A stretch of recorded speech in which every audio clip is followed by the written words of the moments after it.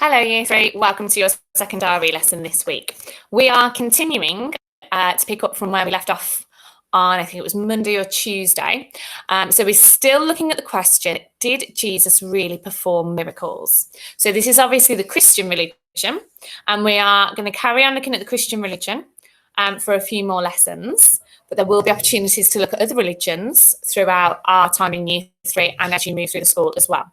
So the first thing I want to draw your attention to is on the slide, you can see I have got 3 posters that each show our children's rights.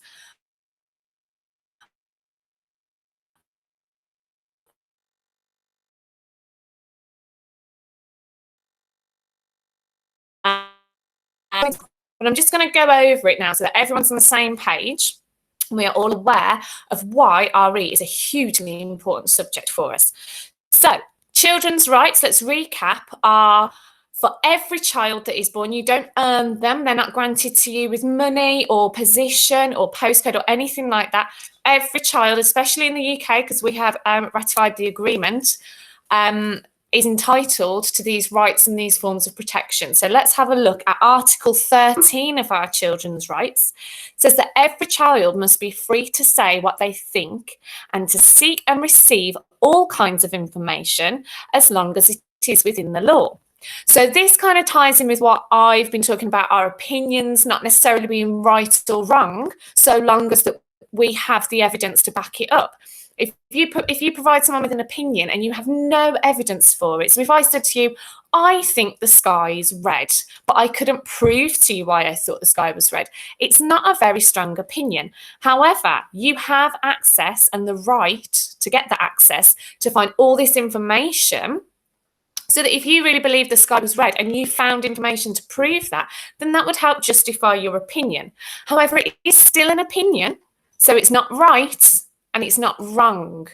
It's a strong opinion if you use information to back it up with, and it's a weak opinion if you don't have information to back it up with. Okay, so let's move on to Article 14. Every child has the right to think and believe what they want and to practice their religion, as long as they are not stopping other people from enjoying their rights.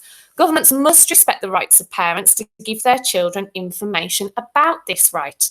So this one's hugely important because it builds on what I've just been talking about, but it also brings in the idea that everyone has the right to practice their own religion, and that includes having no religion as well.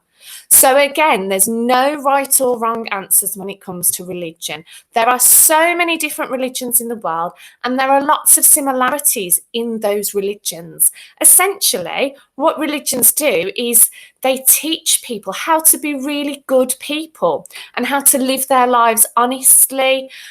Maybe there are a set of guidelines. Quite a few religions have guidelines of how to lead good lives. But regardless of which religion you follow, in this country and in lots of other countries, but unfortunately not all countries, you are allowed to practice your religion freely. And because we allow people to do that, it's really important that we learn about those religions as well, so that we learn how to live with the people that live next to us, across the street from us, in the same city as us, in the same town from us. We are all different. We might all have different religious beliefs, but it's important to understand what everyone thinks and believes so that, 1, we can be kind and respectful. 2, it might appeal to us and we can ask them more about it. But 3, it's important to learn tolerance of religions as well. We can be scared of what we don't understand. It's quite a natural human thing for people to be scared of something they don't understand. Obviously, the way to overcome that is to just learn about that and to understand it. So please don't hesitate to ask questions of me. If I don't know the answer, I will find someone who does. So remember, no right or wrong answer. There's no silly questions. And it's really important to learn this because it's learning tolerance, understanding, and respect. The last one I'm going to point us to here is Article 28. And it says, every child has a right to an education. Primary education must be free. Secondary education must be available for every child. Discipline in schools must respect children's dignity. Richer countries must help poorer countries achieve this. So again, the main thing here is that every child has the right to an education. So every child should be allowed to learn not only English math, science, but all the other foundation subjects as well, like music and art and RE. Every single one of these subjects that we learn and focus on has different skill sets that, when you master them, help you become a well-rounded member of society. And the more RE we learn and the more tolerant we are of other religions, other beliefs and cultures, the more of a well-rounded person that we are, and we can help the community run smoother if we know the different cogs in that community, if we understand them. So those, for me, are the three main reasons that RE is a hugely important subject for us. So I will be interested to hear if there's anything that anyone else would like to add to that. Have they got any ideas of why it is super important to learn not just about Christianity, but about all the different religions? So we're focusing on Christianity now, but you will look at other religions in your time in Lee Forest. Okay. So today's lesson, now that we've gone over our children's rights, is: did Jesus really perform miracles? We're going to be learning about some of the Bible stories that Jesus performed miracles in. And we're going to be focusing on looking at some religious artwork, some Bible stories, and we're going to be analysing those miracles. We're going to be bringing in our own opinions. And the reason we're doing this, as I've just explained with all the children's rights, is to understand Christian beliefs and how they impact a Christian's life choices. Perhaps they are similar to your own. Perhaps there are similar stories to these miracle stories from Jesus in other religions as well. Or perhaps you've experienced a miracle. But the purpose of us doing this is to understand what miracle is and why is it important to Christians, and how does that affect their life choices. As somebody who isn't religious, like myself, I can't say that I've witnessed a miracle. So I'm really interested to learn about these miracles and why Christians think they're so important and how they affect them, and does it change the way they live. So I'm really interested in that as well. And the last thing on here is the assessment. So really what we're doing today is, yes, we're learning about the Bible stories, and yes, we're learning about miracles, but your skill really is about formulating an opinion about these miracles. And again, I'm just going to keep repeating this. There is no right or no wrong answer. Your opinion is an answer, but you can make it stronger by getting evidence together or explaining yourself. And you can make it weaker by just saying yes or no. And a weak opinion is easy to pick apart. And it's not a very respectable opinion if you don't have evidence to back it up. So I'll be showing you an example later of how we're going to formulate strong opinions on whether Jesus performed miracles or not. Before we do that, then, we need to find out what is a miracle. So today, in 2021, we expect doctors to be able to cure almost any illness. Quite an interesting situation we find ourselves in is in this global pandemic, where lots of people might be looking around for a miracle because there's a lot of tragedy, of fear, of isolation and loneliness going on at the minute with COVID-19. And we do kind of have that expectation in society that if you fall ill, a doctor will help you and they will cure you. Unfortunately, that's not always the case. And we have to be realistic about that. And we have to understand that doctors are very intelligent, very clever, incredible members of society, but they are scientists and they cannot perform miracles. Okay? So what is a miracle? What do I mean by that? Why can't a doctor perform a miracle? Doctors rely on some science, on facts, what's right, what's wrong. But in religion, it's not about science, it's about faith, it's about belief, and it's about accepting that incredible things can happen, but we don't know why they happen. So even though we expect doctors to be able to cure us almost any illness today, in Jesus' time, which is thousands of years ago, it was hard finding a trained doctor. It was almost impossible. They were expensive. There weren't many doctors around. There weren't cars or trains or aeroplanes that could get doctors from one place to the other. So you were very, very lucky if you had a doctor living nearby you, and even luckier if you could afford that doctor, because not everybody could. Not everybody had enough money to pay our doctors. So in Jesus' time, when they found out about Jesus and that he could heal these people miraculously, they flocked to him for help. And just notice notice here, him is a pronoun and he, but when we refer to Jesus and we replace the name Jesus with the pronoun, we still use a capital letter. Same with the word God. When we look at the Christian religion, we always use a capital G or a capital H for the pronouns, okay? It might be similar in other religions as well. We will look at that as we go through Lee Forest. So according to the Gospels, he, with a capital H, did help them. So Jesus was a bit like a replacement doctor because they couldn't afford real doctors, but they heard these stories about this man who could heal people and cure them. So they went to him instead. So we need to know some information before we can analyse these miracles. We need to know what was the situation like, what was life like, and what is a miracle. So Jesus lived in a place called Palestine, and it was controlled by some strict Jewish people.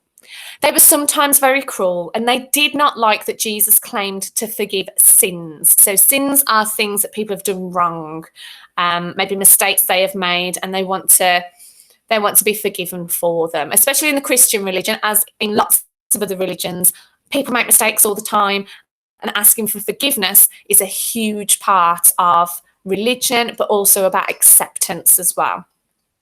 So the Jews that were controlling parts of Palestine did not believe in Jesus. They did not believe he could perform these miracles or that he could forgive sins. They really started to get angry, and when he helped poor and sick people in particular, they really didn't believe that Jesus was miraculous, okay? Many of the people healed by Jesus were on the fringes of society. So this is people, if we say the fringes of society, it means that they are smaller groups and smaller communities that we call it the minority because there's a smaller amount of them and they're not necessarily accepted in main society.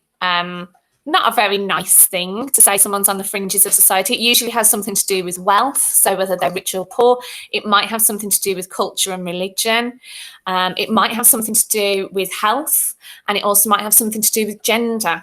So people can be exiled or put on the fringes of society or rejected for lots and lots of reasons, especially during Jesus' time when they were less tolerant of other people's religions and beliefs. Not like we are today in 2021, or at least not like we strive to be in Lee Forest in 2021. Unfortunately, it was very different in Jesus' time. Other people ignored or mocked such outcasts. That means they took the mick out of them. They weren't very nice to them at all. They didn't help them. But Jesus behaved differently. He showed love and compassion. This alone could have had an emotional healing power. Just knowing that someone cares about you sometimes, or have even asked how you're feeling, that can really help change somebody's spirits. But the gospel suggests that far more than this was happening. So it wasn't just his emotional healing power. It wasn't just being there for somebody and being a shoulder to cry on. Christians believe that Jesus used the supernatural power of God. So they believed he could perform impossible acts. We're going to look at a couple of those impossible acts now.